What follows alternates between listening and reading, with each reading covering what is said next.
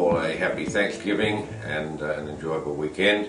We're now going to review the Danielcode trades over the last week, and they're highly significant, very important trades, and you might like to follow along with them. We issued 17 TO3 turn signals for Danielcode members on Friday and Monday of last week. They were all elected. They all made money. Some of them made a great deal of money. Very, very important signals were made in the equities market. That may be an intermediate low in equities. It certainly looks like it is today. Next week, of course, might be a whole different story. We never know whether these turns are terminal or temporary, but giant equity turns like this are the ones that make your P&L fat, and you simply must be able to identify those turns in advance and trade them. So if you can't, you need to think about what your trading strategy is, because they are the essential market turns. Now, because we don't have foreknowledge, we don't know whether these turns will finally turn out to be all-time highs, all-time lows, or anything of that nature, nor is it important for us, because even a monthly turn has to start with a daily turn. So if we are accurate and precise in buying the significant daily turns, you'll find the other problems will take care of themselves. We'll start first of all with a look at the Dow Jones chart, and you'll see on that chart that last Friday the 21st we issued a TO3 buy signal, and that the market was exactly at Danielcode support at 74.60. This is the futures contract. The TO3 signals only apply and are only relevant when the Danielcode price levels have been observed with a setup bar, which we identify in our DC trading manual. You're welcome to have a look at that, or indeed the Learn to Trade videos on this site. Now, looking at the Dow, we had, for Thursday, we had a panicky dive down. The market stopped almost exactly at its Danielcode number, closed right on its low. Commentators were panicking, shrieking, the end of the world was upon us. Lo and behold, 2 hours after the close of the market on Thursday, we issued buy signals in 18 equities, currencies, and sell signals in the US dollar. 17 of those trades were filled, all made money, most of them made big money, and the details of all those trades are available at the Danielcode website, www.thedanielcode.com, and I invite you to go and peruse those trades. They are very significant. Sticking with our Dow Jones trade now, we can see that the low was made right at 7460, the Danielcode number. So we had the conjunction of time and price that we're looking for, and that market is now up 1,335 points from its Danielcode target. Huge trading.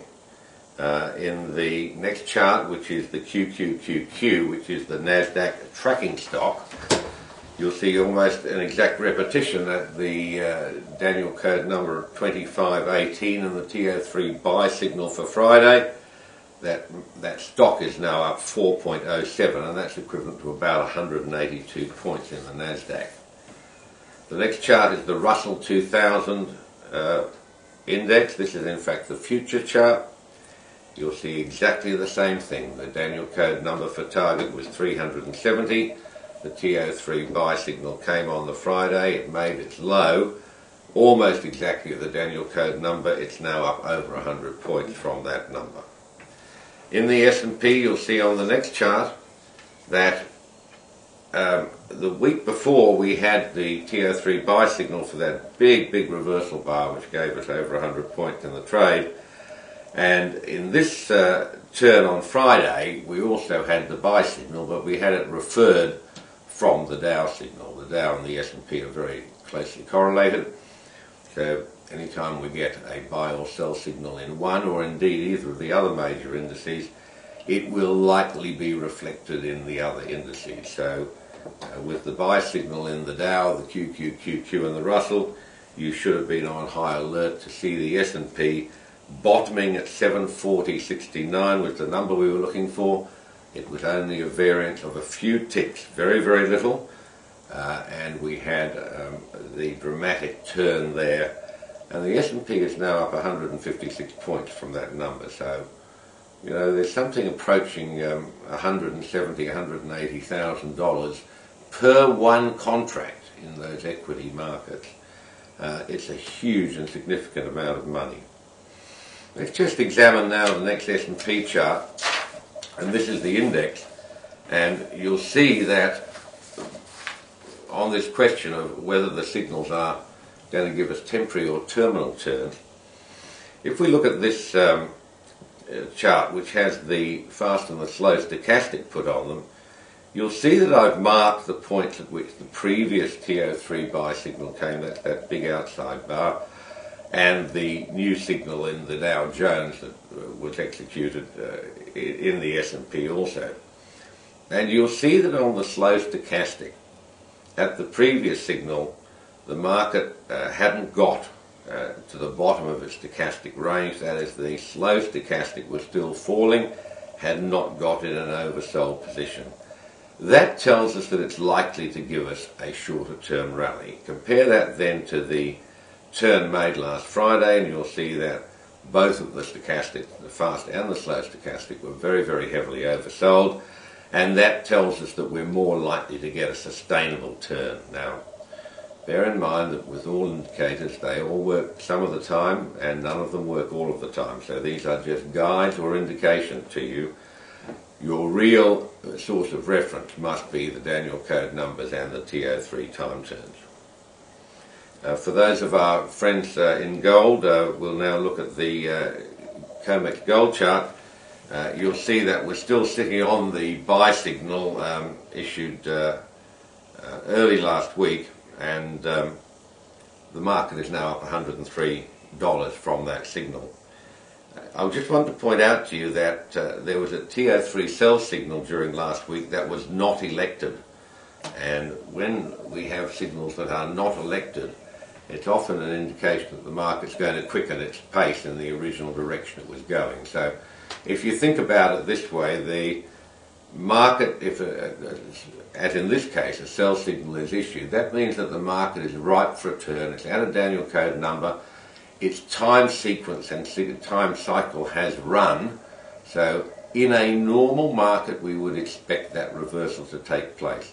If it doesn't take place, it means that some external pressure has come into the market that we haven't been aware of before. In this case, enough buying to stop the sell signal being triggered, and that will often create an acceleration of the trend, in this case upwards. The other thing, perhaps more importantly to bear in mind, is that the US dollar index had a T3 sell signal the day after, and traders know, of course, that the US dollar is the anti-trade for gold. If the dollar goes up, gold tends to go down. If the dollar goes down, gold tends to go up. So we had a sell signal in the US dollar, which you can see in the summary at the Danielcode website. It was a very significant sell signal. It doesn't look at this stage like a trend change, but it was a significant pullback. And of course, sell signal in dollar boosts up and creates a stronger acceleration upwards in gold. So our gold trades up about $105 at that stage. There are new signals current for Monday, so we'll look forward to seeing what happens.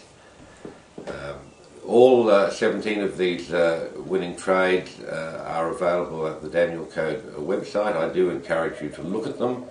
They are not only the equity indices we've talked about, but the US dollar trade, and 3 grain trades, wheat, soybeans and corn. They've all been successful in various degrees. Wheat's been a monster.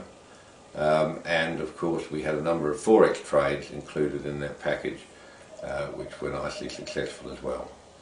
So it's been a monster week's trading. If you haven't had success in buying the lows of these markets, if you felt threatened by the volatility or the uncertainty, there's no need to be.